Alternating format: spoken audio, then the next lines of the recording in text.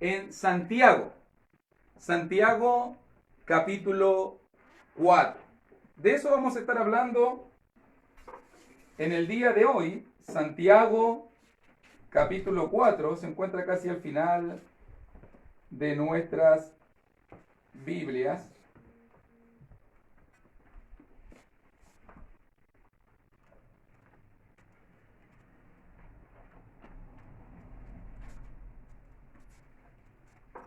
Santiago capítulo 4, versículo 13 en adelante. Vamos a estar hablando acerca de la perspectiva correcta de la vida. Dios nos ha dado una vida y nota muy bien que cuando miramos la estructura del libro de Santiago, todo comenzó en el capítulo 1 y Santiago, el hermano de Jesús, comenzó a hablarnos acerca de las pruebas. Tened por sumo gozo cuando os halléis en diversas pruebas. La vida va a traer pruebas. La vida va a traer dificultades.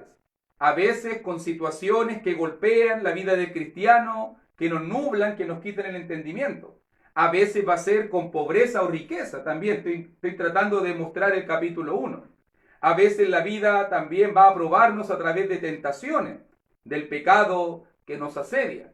A veces la vida nos va a probar también, o el Señor va a permitir que seamos probados a través de la obediencia a su palabra, a través de la ira, a través de la lengua. Pero si tú te fijas muy bien, la perspectiva del capítulo 1 es: tenemos que enfrentar diversas pruebas.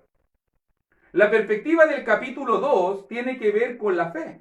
Y la palabra que más se repite en Santiago capítulo 2 es la palabra fe. Por eso que comienza el 2.1 diciendo que nuestra fe no debe tener acepción de persona.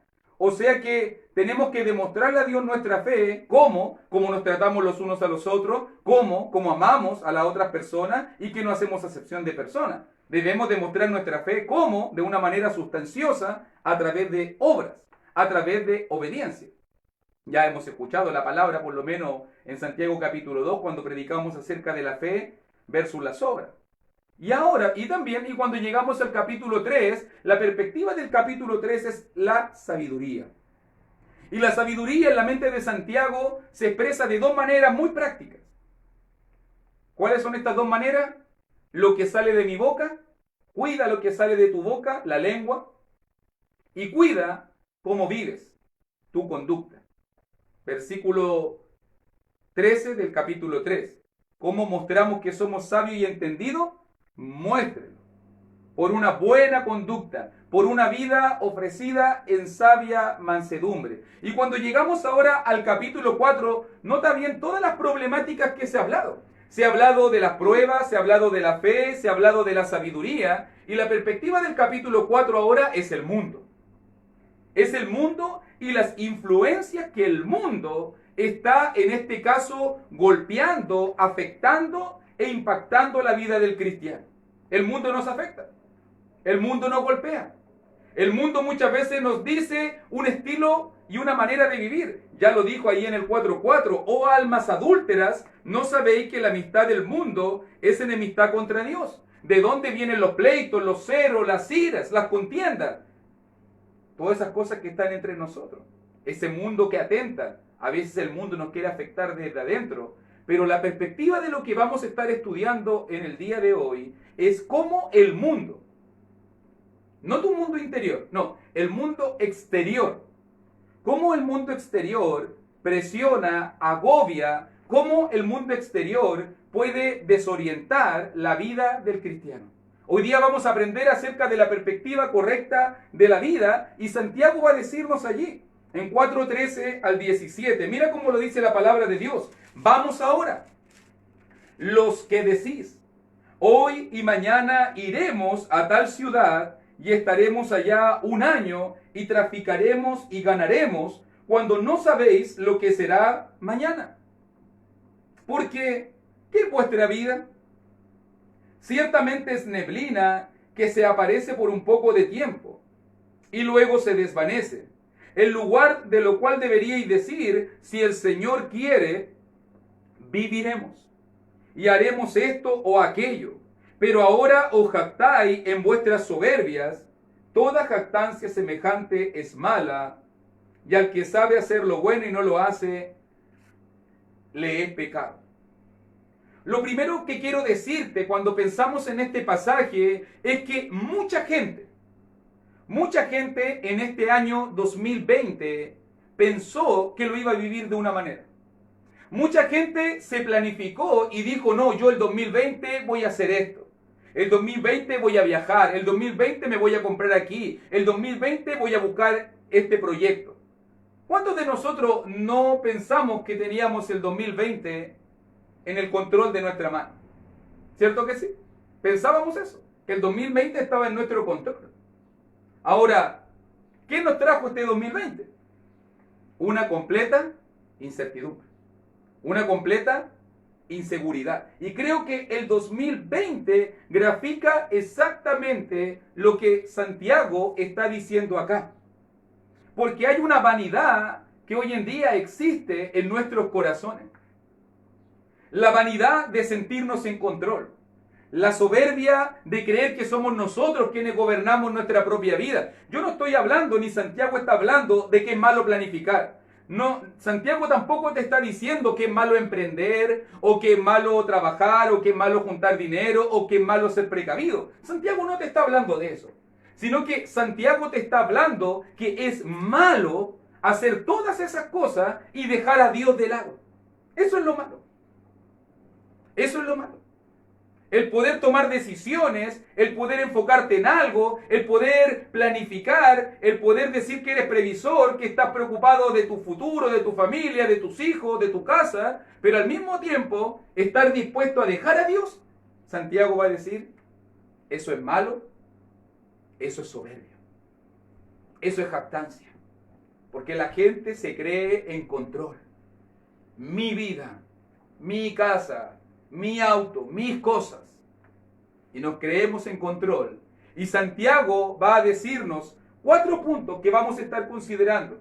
Súper simples. Allí, versículo 14, 15, 16, 17. Súper simples los puntitos que Santiago nos va a estar mostrando. Y lo primero, para que cuando tomemos decisiones, para que cuando enfrentemos el mañana incierto, para que cuando entendamos lo que sucede en la vida, cuando tengas que planificarte delante de Dios y decir, ¿cómo voy a planificar mi vida? O pensar en tu futuro, o lo que sea que tú hagas, considera primero estas cosas. Número 1, versículo 14. Cuando no sabéis lo que será, cuando no sabéis lo que será mañana. Aprendemos allí en Santiago capítulo 4, versículo 14, lo incierto de esta vida. No sabemos. En este mismo momento hay personas en los hospitales, en este mismo momento hay personas debatiéndose entre la vida y la muerte, que habían planificado, que habían pensado, no, yo voy a hacer aquello, yo voy a hacer aquí, yo voy a hacer allá, pero la vida los sorprendió, porque algo que tenemos que aprender es que la vida es incierta. Por más que nos creamos en control, nota las personas aquí. Vamos ahora, dice Santiago, escuchen bien lo que voy a decirle, una manera de explicarlo. Los que decís, hoy y mañana iremos a tal ciudad y estaremos allá un año. Mira la necedad. Hoy y mañana se creen dueños del control del futuro, se creen dueños de su vida. Hoy y mañana yo voy a hacer esto, hoy y mañana voy a trabajar, hoy y mañana voy a estar vivo, estaremos allá un año, traficaremos, ganaremos. ¿Nota las palabras de esta persona? ¿Quién está en control aquí? ¿Quién es Dios en esa oración? Los que decís. Nota bien que dice en versículo 13, los que decís, y va a decir versículo 15, el lugar de lo que debierais decir. Porque así hablamos. Y deberías hablar tú de esta manera. Hay un cambio que vamos a estar pensando nosotros en el futuro. Un cambio que tiene que ver en lo que hablamos, tiene que ver en lo que pensamos, tiene que ver en lo que decidimos. En eso se muestra la gloria de Dios, realmente. En eso se muestra la gloria de Dios. Lo primero, lo incierto que es la vida. Nota bien qué insensatez es hacer planes y dejar a Dios de lado. Y qué pecaminoso es hacer planes y nunca consultar con Dios. Pero después, cuando vienen los problemas, pedirle a Dios que te rescate y te saque del hoyo que tú mismo te metiste. Eso sí que es pecaminoso. Pedirle, has elegido, ¿cuál es el estilo de vida de la gente? Vive un estilo de vida donde sacan a Dios de lado, pero cuando vienen los problemas le piden a Dios que los rescate por las decisiones que ellos tomaron. Ese es el problema de Santiago. No el problema de emprender, de trabajar, de planificar, de buscar un futuro, de buscar un bienestar. Búscalo, hermano. Ojalá que Dios te bendiga y ojalá que te dé el doble y el triple. Y ojalá que vivas una vida relajada y sin problemas, sin necesidad. Pero el punto es el costo. El costo es lo que duele. El costo es lo que afecta, el costo es lo que daña. Porque si tú te miras muy bien allí, una pregunta importante que aprendemos en versículo 14, ¿por qué? ¿Qué es vuestra vida? ¿Te has hecho esa pregunta? ¿Qué es la vida realmente? ¿Qué es tu vida? ¿Te has hecho esa pregunta? Lo normal es que esa pregunta uno se la haga cuando uno ya llegue, no sé, 50, 60 años, y uno se pregunte realmente qué he hecho de mi vida. Sé que los más viejitos siempre se están haciendo ese tipo de preguntas porque ya son más sabios, son más reflexivos. Pero fíjate que Santiago nos golpea a todos nosotros preguntando, ¿y qué es tu vida? ¿Qué es la vida realmente? La gente diría hoy en día, la vida es puro trabajar. Para otro la vida es puro sufrir. Tal vez para otro la vida sería, no sé, gozo, disfrute, vivir una buena vida, tener una herencia, andar de viaje. No, mi vida es esto. Pero nota muy bien que Santiago no va por cosas artificiales ni cosas externas. Santiago va realmente al medio del asunto. Porque sea como sea, como tú hayas decidido vivir tu vida, yo no me voy a meter en eso. Yo creo y amo el libre albedrío. Pero sea como sea, de que tú hayas decidido vivir tu vida, dice allí, versículo 14, y segundo punto que tenemos que entender, porque vuestra vida ciertamente es neblina. Sea lo que sea que tú quieras vivir, sea lo que sea que tú quieras experimentar, sea lo que sea que tú quieras probar o que quieras emprender o que quieras trabajar o que quieras preocuparte, tú tienes que entender que la vida es neblina, que hoy día está y más rato ya no está. Todo en esta vida es pasajero. La brevedad de la vida. No. Todo en esta vida es pasajero. Mira cómo lo dice, acompáñame un poquito, sin perder Santiago. Vamos al libro de Job, mis queridos hermanos. Miremos un poquito algunos pasajes en cuanto a esto, cuando pensamos en la vida. Y por ejemplo, cuando miramos en el libro de Job, en el capítulo 14, mira muy bien versículo 1 y versículo 2. Job está al lado de Salmos, capítulo 14, un buen pasaje que usted tiene que anotar. Y dice allí en Job 14, 1 y 2, el hombre nacido de mujer, corto de días y hastiado de sinsabores, sale como una flor y es cortado y huye como la sombra y no permanece. ¿Qué es la vida? ¿Qué es el hombre?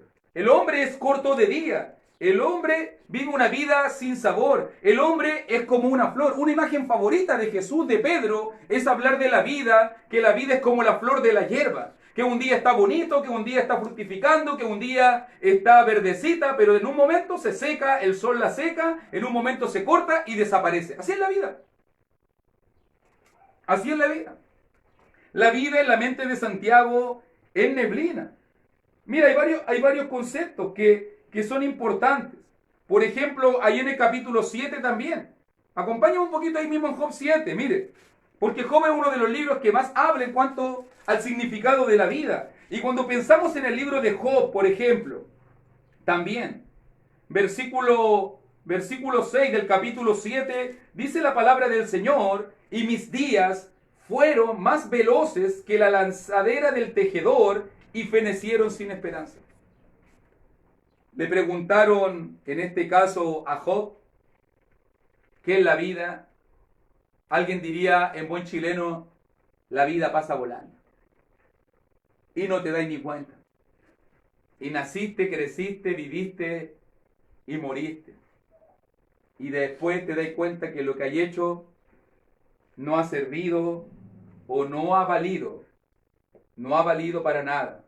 También dice, por ejemplo, siguiendo el pasaje, versículo 7, acuérdate que mi vida es un soplo y que mis ojos no volverán a ver el bien. Los ojos de los que me ven no me verán más, fijarán en mí tus ojos y dejaré de ser. Como la nube se desvanece y se va, así el que desciende al Seol no subirá. ¿Qué es la vida? Una nube. ¿Qué es la vida? Una neblina. ¿Qué es la vida? Se va veloz, sin esperanza. ¿Te fijas que la vida es breve? Es neblina. Dice Santiago, volviendo a Santiago capítulo 4, si la vida es neblina, entonces si la vida es incierta, ¿cuál debería ser nuestra preocupación? Si la vida es breve, nosotros realmente, y uno dice, pero ¿cómo la vida es breve? Claro, en comparación, en contraste a la eternidad de Dios y a la eternidad de lo que Dios quiere que tú vivas, la vida que tú vives en este momento es breve, es pequeña. Tú ni siquiera te das cuenta. Y cómo la gente hoy en día corre y se enfoca y toma decisiones y se preocupa y se despreocupa y al final se preocupa de vivir bien en una vida mísera de 10, 20, 30, 40, 50, 60, 70 años, 80 años, una vida mísera de 80 años, pero se va a perder una eternidad. ¿De qué sirve vivir bien? ¿De qué sirve tener todo lo que quiera? ¿De qué sirve que no tengan necesidades? ¿De qué sirve tomar decisiones que dejen fuera a Dios y vivir una vida tranquila, buena, abundante, sin problemas, sin necesidades? Pero el costo de esa vida es que te pierdas eternamente. ¿Vale la pena? ¿Vale la pena realmente? La vida es neblina. Incluso, mire cómo lo dice, que se aparece por un poco de tiempo. Es como una bruma. Por eso, hermano, viva la vida al máximo. Por eso, hermano, o le digo incluso a aquellos que todavía no han obedecido a Dios, tome decisiones sabias y sensatas. ¿Por qué? Porque la vida pasa. Y cuánta gente se confió, y cuánta gente creyó que estaba bien, y cuánta gente pensó es que después me arrepiento, es que después cambio, es que después me congrego, es que después leo la Biblia, y vivimos la vida postergando decisiones, y vivimos la vida haciendo esperar a Dios, y vivimos la vida siempre dejando a Dios de lado, y después queremos que Dios nos salve. Y después queremos que Dios esté con nosotros. Y después queremos que Dios nos bendiga. Recordemos que la vida es breve. Usted pregúntele a los abuelitos, puede ir a un asilo. O pregúntele a una persona hospitalizada terminal. Y pregúntele, ¿qué harían si tuvieran un año más de vida? Pregúntele a ellos, ¿qué harían ellos si tuvieran un mes más de vida? Lo más probable es que te dirían, aprovéchalo. Vívelo al máximo con el Señor. ¿Cuánta gente me dijo a mí en el lecho de la muerte, me hubiese gustado haber conocido antes al Señor, me hubiese gustado haber servido más al Señor, me hubiese gustado haber leído más la Biblia, haber congregado más, haber hecho más cosas espirituales, pero me llegó la enfermedad y mira cómo estoy ahora. Ya no puedo hacer nada. Y pasé toda la vida alejándome de Dios. Y ahora lo único que le pido a Dios es una oportunidad, una decisión. Por favor, Señor, ayúdame, sálvame. Por eso, hermano, aprovechemos la vida como es neblina. Pero también entendamos, mire lo que va a pasar ahora. Versículo 15, ¿cómo tenemos que vivir la vida? La perspectiva correcta. Versículo 15, entendiendo qué es la vida, entendiendo la brevedad de la vida, entendiendo que la vida es incierta.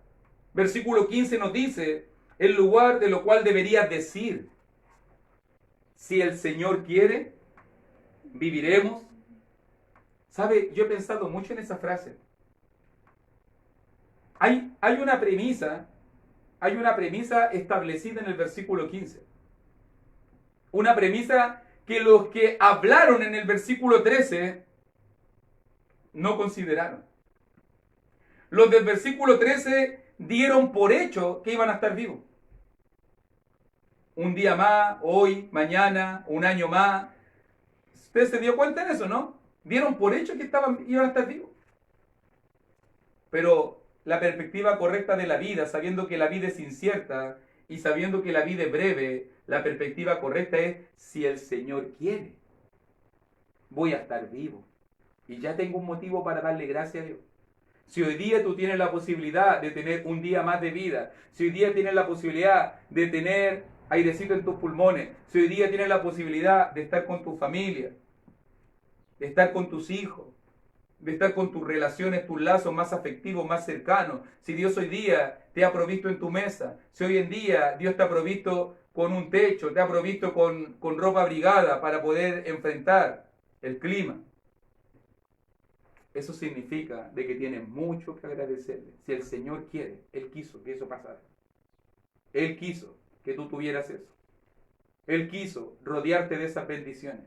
Y por eso que el cristiano entiende que la vida es de Dios. Ya lo dijo, mire, en Primera de Samuel capítulo 2, un texto que siempre tenemos que regresar a él, siempre tenemos que leerlo, porque cuanto más soberbios nos creemos, este pasaje me ayuda mucho a tranquilizarme en mis impulsos. Este pasaje me ayuda mucho a poder ponerme en el contexto correspondiente. Porque dice Primera de Samuel capítulo 2, versículo 6. Mira cómo lo dice Primera de Samuel 2, 6. Para que yo entienda quién soy en la historia. Para que entienda cuál es mi lugar y mi posición. Cuando me quiero creer grande. Cuando me quiero creer en control. Cuando me quiero creer fuerte. Dios me dice, Primera de Samuel capítulo 2, versículo 6. Jehová mata y Él da vida. Él hace descender al Seol y hace subir. Jehová empobrece y Él enriquece. Abate y enaltece. Él levanta del polvo al pobre y del muladar exalta al menesteroso, para hacerle sentarse con príncipes y heredar un sitio de honor, porque de Jehová son las columnas de la tierra y Él afirmó sobre ellas el mundo. Él guarda, mira qué importante promesa, Él guarda los pies de sus santos, mas los impíos perecen en tinieblas, porque nadie será fuerte por su propia fuerza. ¿Cómo vivimos la vida? Vivimos la vida en control, tomamos decisiones, creemos que nosotros somos dueños de nuestro futuro, es que si yo quiero, mis cosas, mis planes. Y si tú te fijas muy bien, la perspectiva que Santiago nos está enseñando, ten cuidado con lo que dices. Ni siquiera sabes si mañana vas a estar vivo. Ni siquiera sabes cómo puede cambiar tu vida. A las personas le ha cambiado. El otro día leía de nuestras venas son tan ínfimas, las arterias son un poquito más grandes. Pero imagínense que algo tan chiquitito como un porotito, ni siquiera como una bolita, como un porotito, como una lentejita, un coágulo, puede matar a una persona. Con que se te ponga en una vena o en el lugar inadecuado, ese coágulo que se puede generar en tu sangre, te puede matar. Y no te das ni cuenta. No tiene que pasarte nada. No tienes que sufrir ningún golpe. Y a veces un puro coágulo se puede formar. Se te pone en el cerebro, se te pone en una arteria, se te pone en una vena. Hasta ahí llegaste. Así cambia la vida. Quedáis con un daño neurológico, quedáis para siempre toda la vida postrado, si es que sobrevive. Y en muchos casos vas a morir. Así puede cambiar la vida. ¿A cuánto no han estado un ataque cardíaco, una mal maniobra manejando, un accidente, un cruce de calle inadecuado, estar en el lugar equivocado, en el momento equivocado? La vida es incierta. Y si tú estás vivo, es solamente porque Dios quiere. Y si tú estás vivo en este momento y tienes la posibilidad de adorarle, de servirle, de mirar hacia el cielo y decir gracias, es solamente porque Él lo ha permitido, es solamente porque Él quiere, es porque es dado de su mano. Dice allí, si el Señor quiere, viviremos y haremos esto o aquello. Esa es la vida correcta, el control que Dios debe tener en tu vida. ¿No te acuerdas tú, por ejemplo, la actitud de Jesús? A veces la vida es dura, a veces la vida es problemática. A veces la vida trae pruebas. Jesús estaba enfrentando en Lucas 22 la prueba más grande de su vida. Lo van a matar, lo van a masacrar, le van a hacer pedazos a la espalda, le van a atravesar sus manos, sus pies, le van a poner una corona de espina, una lanza va a traspasar su costado. Jesús obviamente le afecta. pero aún le afecta un poco más beber la ira de Dios. Pero cuando está en ese momento donde un ángel tiene que fortalecerlo, lo más probable es que si hubiese estado tú, le hubiese dicho, Señor, yo te exijo, o los pseudo profetas de hoy en día, decláralo por fe, decláralo de que no va a venir esta prueba sobre mí, no voy a beber la copa, te lo proclamo 3 veces. Jesús no dijo eso. Jesús dijo, si es posible, si es tu voluntad, pasa de mí esta copa, pero no se haga como yo quiero, sino como tú quieres. Jesús era un hombre sujeto a la voluntad de Dios. Jesús recibía la vida completamente sujeto a la voluntad de Dios. Él entendía sus deseos honestos. No quiero beber esa copa. Sí, somos honestos, no queremos sufrir, hermano. Yo no quiero que mi esposa sufra, yo no quiero que mi hijo sufra. Yo no quiero que mi familia, mi hermano sufran. Es muy natural y lógico querer que nuestra familia no sufra. Pero recuerda que por encima de todas esas cosas está la voluntad de Dios. Está la voluntad de Dios. Y debemos entender el control de Dios. Siempre Pablo hablaba si el Señor quiere. Fíjate que yo no te estoy diciendo, por si acaso para que usted ande repitiendo como una fórmula mágica, no, que si el Señor quiere, es que si el Señor quiere. No, yo no te ando diciendo esto para que tú hagas una fórmula mágica, para que en todas las cosas usted ande diciendo, sino a mí lo que me interesa es lo que tú entiendes cuando dices si el Señor quiere. Porque muchas veces nosotros oramos o muchas veces nosotros le decimos al Señor, no Señor, hace tu voluntad. Pero somos tan deshonestos en lo que estamos haciendo que cuando Dios hace su voluntad, le pedimos a Dios siempre que haga su voluntad, o incluso en la oración del Padre Nuestro le dicen, hágase tu voluntad en el cielo así como en la tierra, o en la tierra como en el cielo. Pero al final el punto es, y cuando Dios hace su voluntad, no te gusta, me amurro, me frustro, lloro. Al final, pidámosle a Dios no solamente el deseo de hacer su voluntad, de que Él haga su voluntad, sino también pidámosle a Dios la fortaleza para aceptar sus decisiones. Porque siempre las decisiones de Dios van a ser las mejores. Usted no lo entiende. Yo no lo entiendo. Yo no tengo la respuesta ni la explicación para todas las cosas. Pero yo sé que siempre Dios va a tomar la mejor decisión. Él siempre está en el control. Y toma las mejores decisiones. ¿No debería hacernos vivir la vida más tranquilo el pensar de esa manera? Pero ¿qué sucede? Versículo 16. ¿Qué sucede? Ellos creen que están en control. Verso 16. Pero ahora os jactáis en vuestras soberbias. ¿Sabe cómo Santiago llama a la persona que planifica, habla y habla y se cree dueño y en control de su vida? Soberbio. Un soberbio. Un jactancioso. Un vanaglorioso. Me acuerdo yo del caso de Napoleón, por ejemplo. No sé si usted ha escuchado hablar de ese conquistador. Leí una historia por ahí acerca de Napoleón. Y cuando Napoleón se propuso una de las campañas bélicas más grandes, estaba conquistando toda Europa, se había proclamado como el emperador de Europa, y en ese momento quiso poner sus ojos y su mirada en Rusia. Todos le decían, no vayas a Rusia, el invierno es terrible, es un pueblo fuerte, va a haber problemas, ya hemos conquistado suficiente.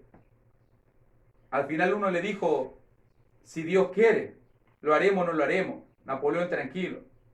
Napoleón dijo, no si Dios quiere, si yo quiero, yo mando. ¿Y sabe lo que pasó en ese momento? Napoleón perdió en Rusia. Y desde ahí su imperio comenzó a caer. ¿Cuántos de nosotros no hemos sido así de soberbios? ¿Cuánta gente no se ha creído en control? ¿No se acuerda del dueño del Titanic?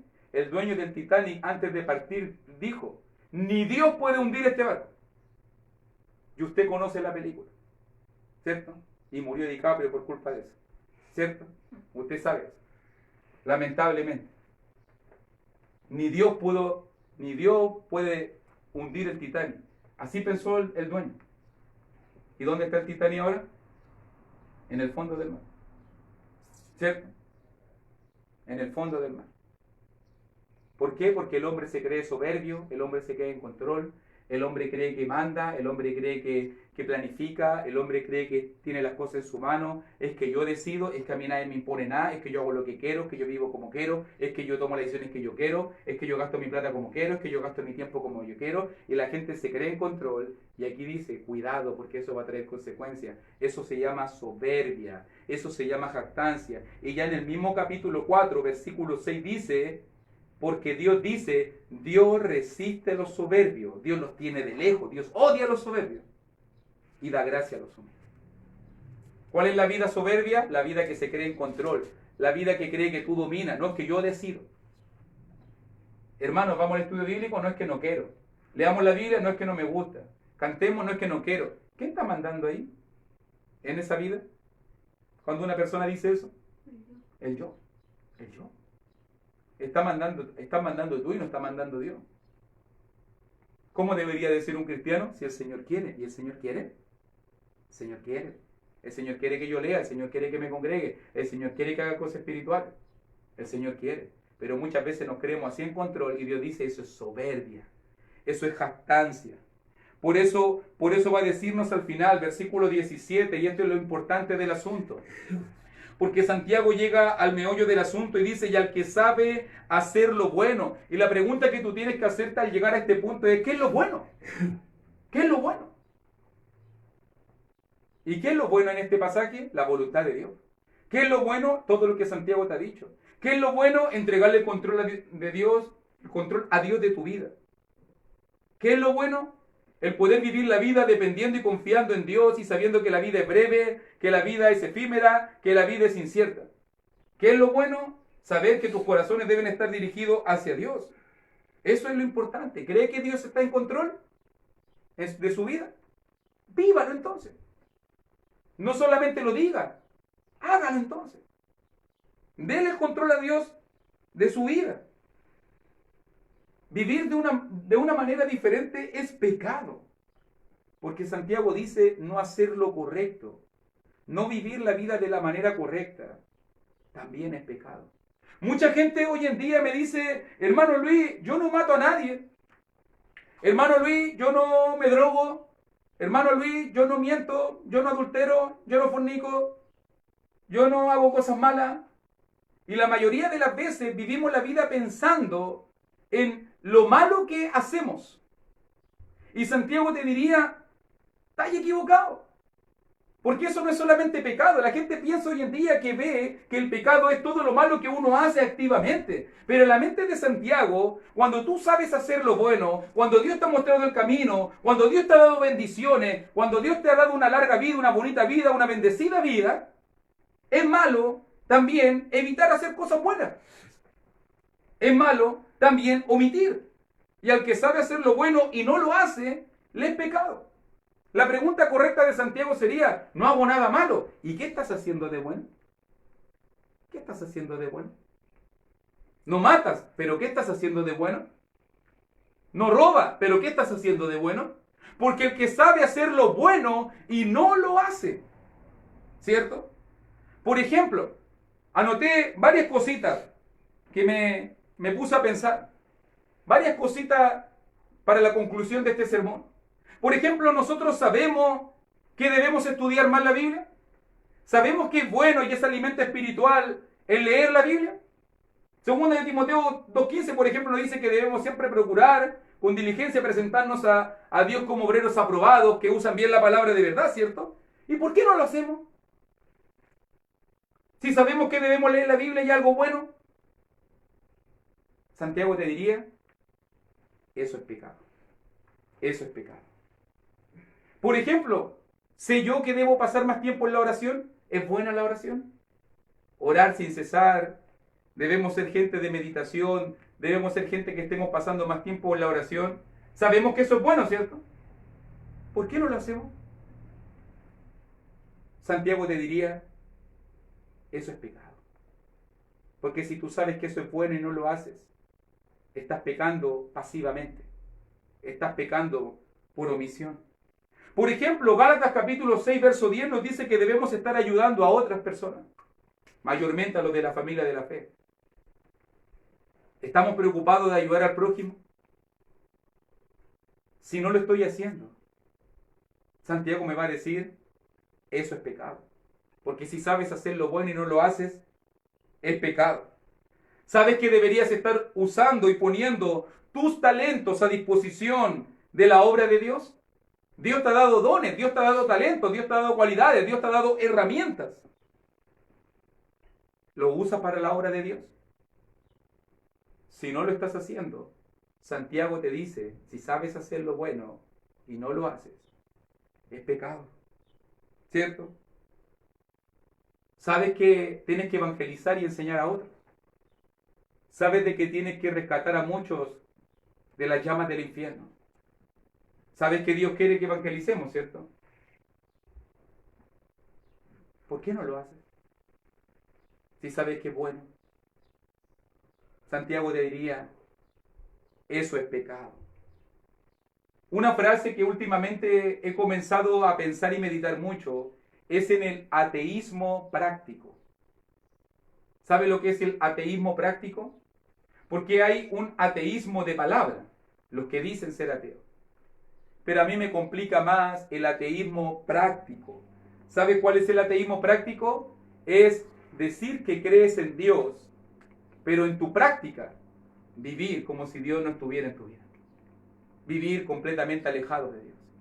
Vivir completamente desconectado de Dios. Gente que toma decisiones, gente que vive la vida, gente que no se preocupa de la palabra, gente que no se preocupa de la oración, gente que no se preocupa de la congregación, gente que no se preocupa de las cosas espirituales, pero al final dicen que creen en Dios, pero con sus obras lo niegan.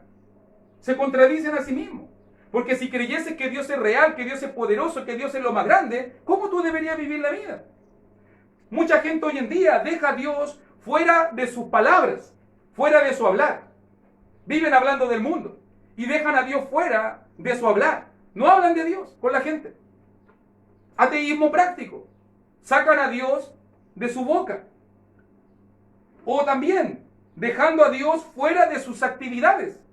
¿Cuánta gente hoy en día no tiene nunca tiempo para las cosas de Dios, pero tiene tiempo para todas las otras cosas? No voy a ponerme a enumerar ahora. Cada uno sabe dónde la pierde el zapato. Ateísmo práctico.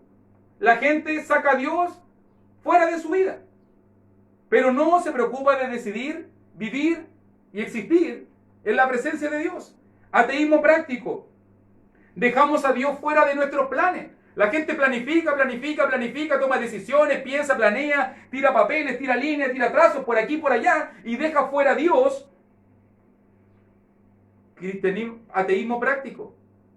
Dejamos fuera a Dios en nuestros pensamientos. No le damos gloria a Dios en nuestra vida, en nuestros planes.